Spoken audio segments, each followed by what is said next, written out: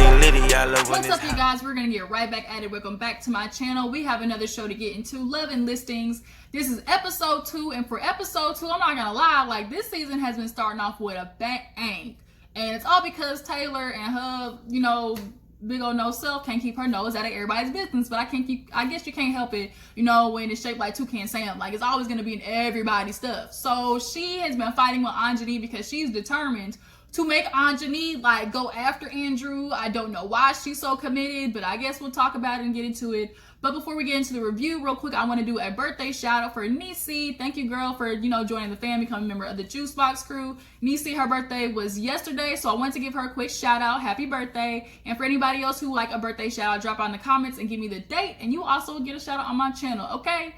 Now, we got to get into this review because it's just a lot to debunk on this episode, okay?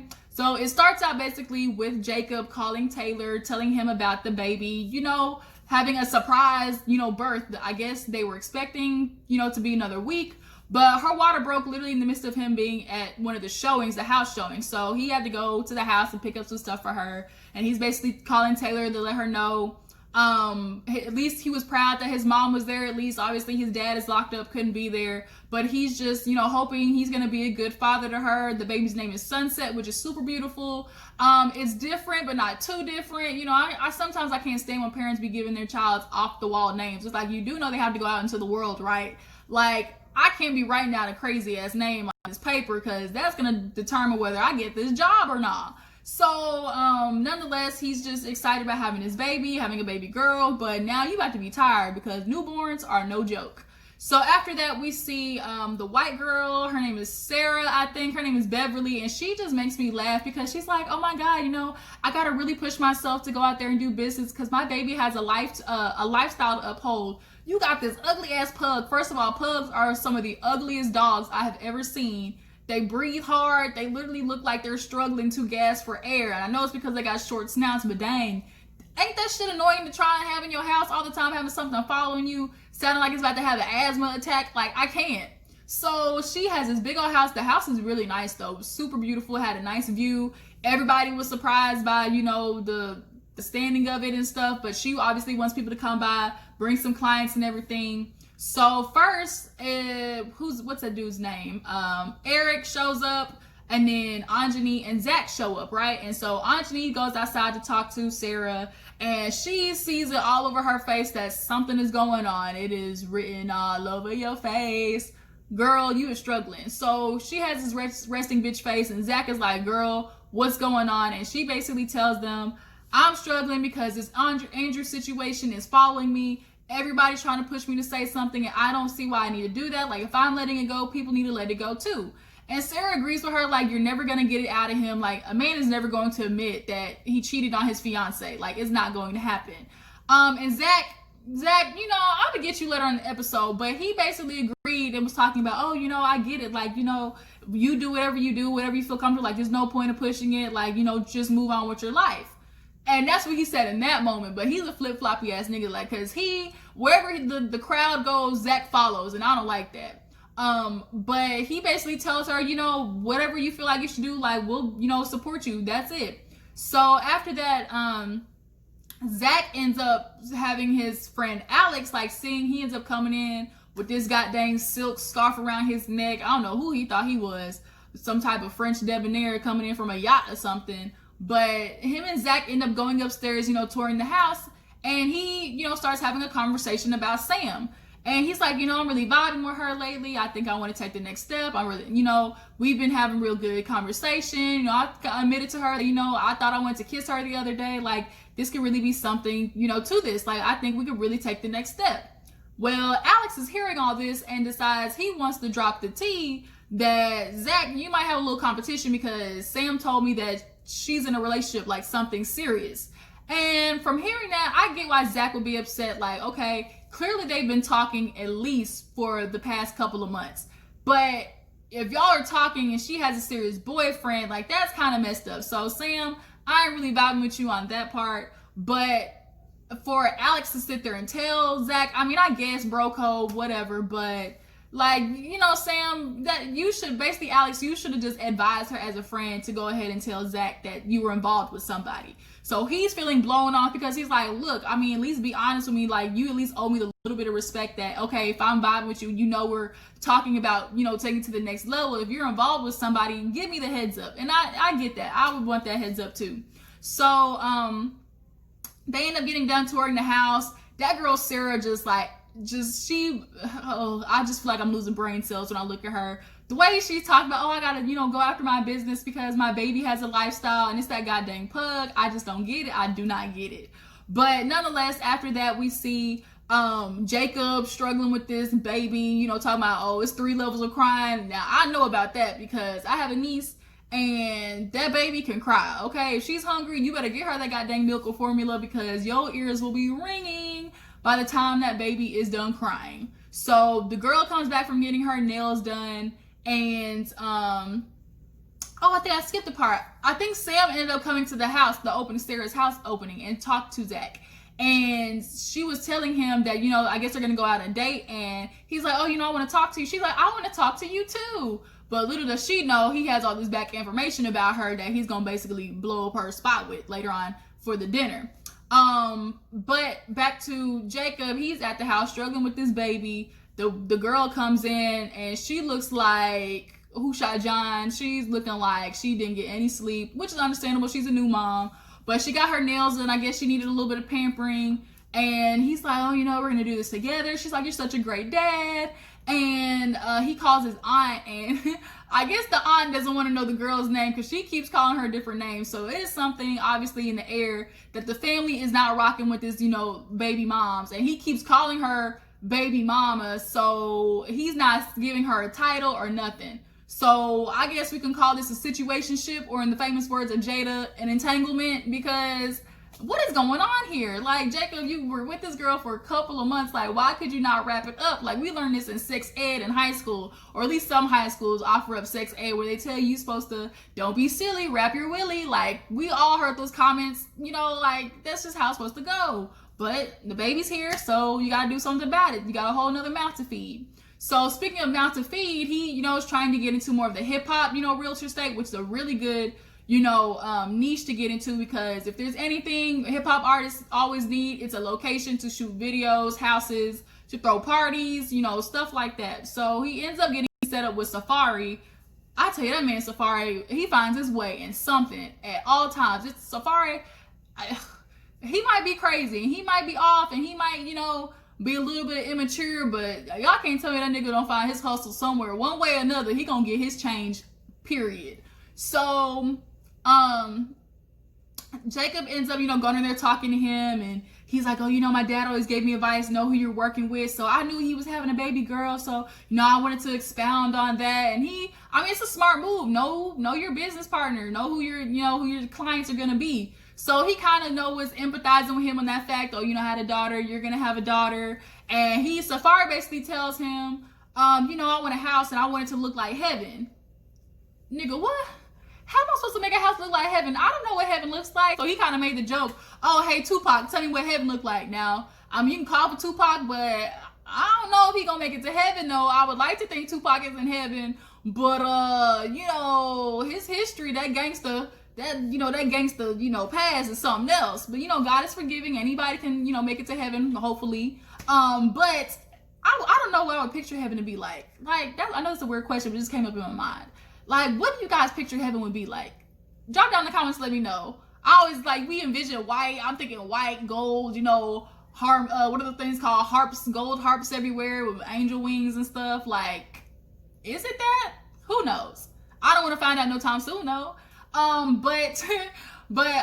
Yeah, so he wants to get into that realtor, hip hop realty state, and I hope he works out because you got a whole mouth to feed, Jacob. So, it's the day of, I guess, this charity event. Oh no, we gotta talk about Anjani, her new boo. Anjani has this new boo, Taryn. He's kind of cute or whatever. Like, I guess he's more like a 7.5, but the personality definitely looks like that bumps him up to a 9. So, you know, it's good, you know, good relationship, I guess. She says they're in love and stuff. They've been together for 6 to 8 months or something like that. So they're possibly going to move in. Like, Anjani is moving hecka fast. what the like, I don't know what is like this gnat flying around, but so she's talking to her man and talking about how they're in love and everything, and he comes out, y'all, with a whole container of butter. She's like, ooh, unsalted. I was like, girl, you about to let this man butter your feet like you are theater popcorn? He came out with that thing heated up from the microwave, put her toes on that table, and she really let this man butter her toes like she was a Texas Roadhouse biscuit. I lost it.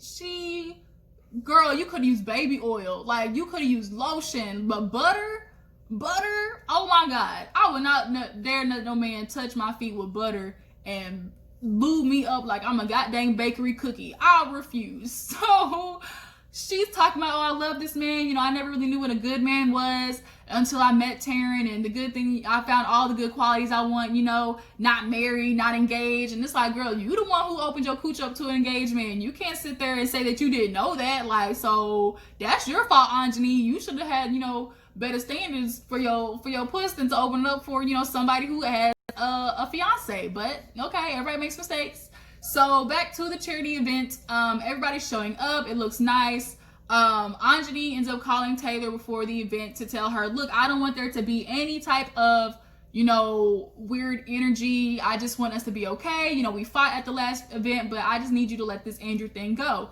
And Taylor is still stuck on this thing. I left my job with him. You know, I'm trying to defend you. Why don't you want to, you know, call him out? Like, I'm defending you more than you want to defend yourself. And at this point, Taylor, like, why are you making it more of a big deal than she is? You're saying, oh my God, I'm doing everything. I just need her to stand behind me.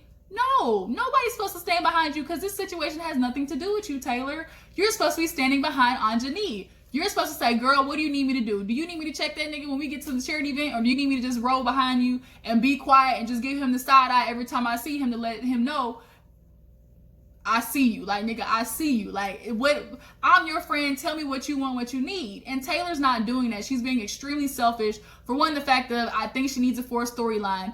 And two, she is addicted to drama. She's addicted to getting angry and always trying to check people. So she actually ends up hanging up in Anjani's face when Anjani told her, like, people need to let it go. Like, if I'm trying to let it go, they need to let it go too. I agree with that. So they make it to the event. It's super nice. I guess we're meeting a new person. Her name is Brittany. Brittany or something like that. Y'all, that outfit was whack that she had on. And so was those extensions. Like, it was looking a hot mess. It looked like it was 2.5 seconds away from setting ablaze if she standed too close to a candle. Like, this shit was dry. But, I mean, maybe we'll see her being a little bit more involved in the show later on in the season. But she ended up getting her little two-piece in on Taylor later on. We're going to get into that. But everybody makes it to the charity event. And it's okay for right now. And Sarah brings her little dude, Clayton, and talks about how he's 24. She's 32, you guys. I don't understand how older women... I mean, older men do it all the time. They get with younger women, so I get it. But you're 32 and you said you literally want kids in the next 1 to 2 years. He's 24. The logistics of that just is not smart. Like, it's just not. But I think Sarah's one of those girls, because she's like, oh my God, he's going to be such a hot dilf. Like, she's more into the fact that he looks good than the fact that he's going to be an actual legitimate partner. Like, Sarah's just one of those people. She likes the look good aspect of it. And girl, that's why you're still single at 32. So Taylor ends up being real slick and funny, talking about, oh, you know, where'd you go? He's like, I graduated USC in 17. So she's like, that makes you 24. And she's like, oh, Sarah, you're like 32. And Sarah just kind of looked at her like, bitch, if you don't put your mouth like dang, quit trying. Like, Sarah was like, okay. But she was, and it was like, Taylor, one of these days, you'll get popped aside the mouth. And she kind of did. Later on in the episode, we'll get to that part. But Sam ends up showing up in this silver dress. The dress was cute, you guys, but am I the only one thinking that, like, she should have put on a booty pop underwear or something, like, cause, you know, she flat back there like a pancake. So dresses like that just don't lend itself to body shapes that aren't, you know, voluptuous or, you know, at least got something back there, cause she is flat as a cutting board. But nonetheless, she ends up going there, and Zach, I think, pulls her to the side. Was it Zach that pulled her to the side? Or Alex? Yeah. They end up talking about the whole situation with her having the boyfriend. They went out on that dinner, actually, and he confronted her about having the boyfriend. She was shocked because she actually told Alex not to say anything, which was a little shady. That means you knew that there was, you know, a whole bunch of crossoverness with that relationship. But she told him, like, I'm not with him anymore. He didn't even tell me he had kids. We were 5 months in, and I caught him a whole bunch of lies. I Googled him. She did her FBI, CIA thing and figured out that the nigga wasn't nothing. Like, he wasn't shit. So she had to let him go. But in the aspect of that, like, Sam, that really is kind of messed up, because if you were in a relationship for 5 months and you were talking to Zach in that same thing, she basically was trying to keep him on the back burner. Like, Sam, and I think she's also doing that too because she doesn't want to give in too easy to Zach. I think she's really trying to make Zach work for it just because she can, for one, and for two, like, I guess it's kind of really a test to see if he is going to pursue her because he genuinely wants her. But yeah, I don't think she should have did that. Like, she should have told Zach at some point that she was involved with somebody. But at least they got that out of the way, and now they're squared. Okay, are we gonna take this to the next step? So Anjani arrives, and she is over there talking to Sarah and a couple other people, and she is hearing Taylor yapping at the gums. Taylor's over there talking to Eric and Zach, and talking about, oh my God, you know, oh no, because Eric was like, oh, you know, everybody's here, the whole gang is here, you know, Anjani's here too, and Taylor does the biggest eye roll, and all I could think of was Medea. It was like, bitch, if you roll your eyes again, they're gonna be looking back at you, like, doing like this. Like, these eyes gonna be rolling back at you if you don't quit that shit. And so he's like, whoa, what was that, you know, for? She's like, oh my God, I can't stand Anjani right now. You know, this whole Andrew situation, you know, we've been riding behind her last year when she called him out. You know, we had been protecting her. And it's like, what do you mean protecting her? Eric was like, oh yeah, we've been protecting her, you know, going behind her. And it's like, first of all, she's a grown-ass woman. She doesn't need protection. And two, Taylor, if you already admitted yourself that y'all rode behind her because last season she proved to you guys felt that she was telling the truth. And if you know that she's telling the truth, then why are you still chasing this dead mouse? I'm not getting, you are beating a dead horse. And this is where I looked at Zach kind of, you know, side-eyed, because earlier when he was talking to Anjani, he said, oh, you know, girl, I agree with you. You shouldn't say anything. But then you get around other people and it's like, oh my God, we don't know the true story. Like, somebody's lying here. You know, we can't get the full story out of her. And it's like, nigga, you phony. I see you talk out of both sides of your neck. Like, he's one of those people who's a people pleaser.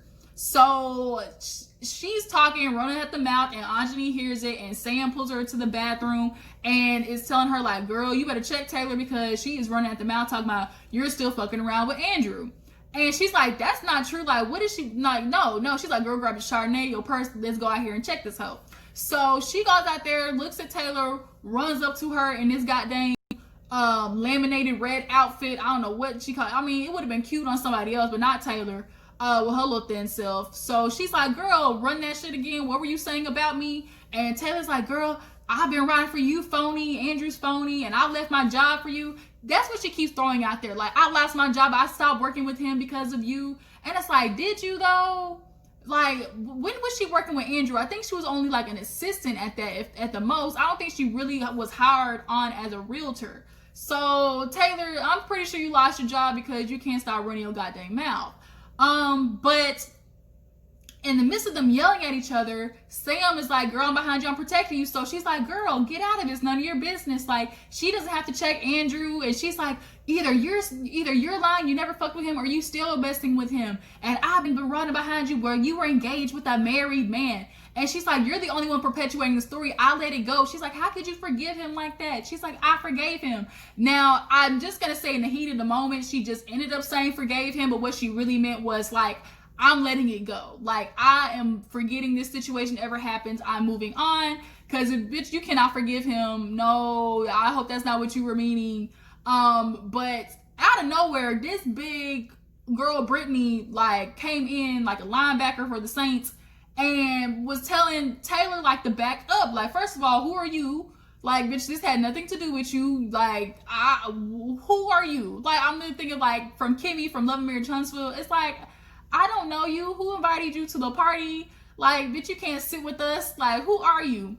So she ends up calling Taylor a bitch, and Taylor ends up calling her a bitch. And she basically bucked up on Taylor, was like, call me one again. And with all the gumption that Taylor can pull up, she calls her a bitch.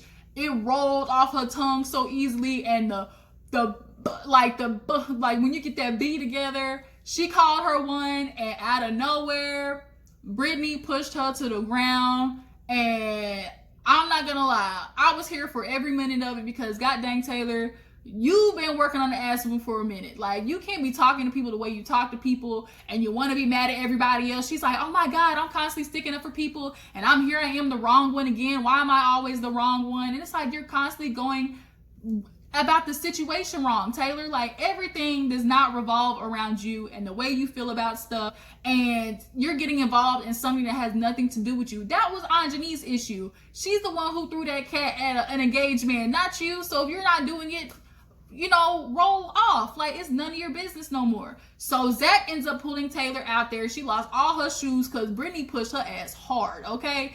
And now Anjani's looking at this girl like, wait a minute, like, we're not doing that. We're not trying to get physical. And I get it, we're supposed to have a conversation, but Brittany told her, like, don't you call me no bitch again, because I'm going to backhand you. And now she's out in the hallway mad. Zach is trying to cool her down, like, you got too much to work for. Don't let it get this bad. Like, don't do it. And that's where the episode ends. And next week, it gets even worse. Like, I think Love and Listings this season is going to be really good. So you guys drop down in the comments, tell me what you think about it. Do you feel like Taylor is in the right for feeling like, oh my gosh, if I'm trying to defend you, you should be trying to defend yourself more? Do you feel like Sam was in the wrong for not telling Zach that she was involved with somebody for 5 months? Like, was she obligated to tell Zach that she was already in a relationship, even if it did end? And we're just gonna see how this season plays out, you guys. Appreciate you for tuning in. Make sure before you go to like this video, subscribe to my channel, and I'll check all you guys in the next video. Deuces.